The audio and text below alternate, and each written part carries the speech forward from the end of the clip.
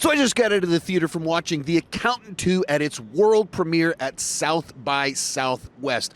I thoroughly enjoyed the first film, and that first film is kind of designed as a setup for a franchise, and so it was almost kind of weird that it took this long to finally make this film. I thought it was a really solid continuation where this time it maybe dials back a lot of the actual accounting in The Accountant, but it cranks up the fun and in particular the character chemistry by putting the focus on the two brothers. This one really leans into that, and they're just great on screen together. You do kind of go through it and you wish that there was more action in it. There's a couple points in time where the fights in the movie, they just basically cut away from it, and you're like, that's the exact point where you needed to show that action. I think this one has a much tighter story.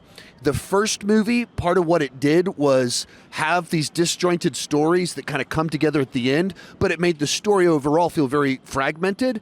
This one feels much more cohesive. The mission that they're on, it gives you villains that you really hate. And so you get into the third act and it's bigger, it's more extravagant, there's more of a ticking clock, and so it pays off much bigger. This is my kind of thing, and I had a good time with this movie.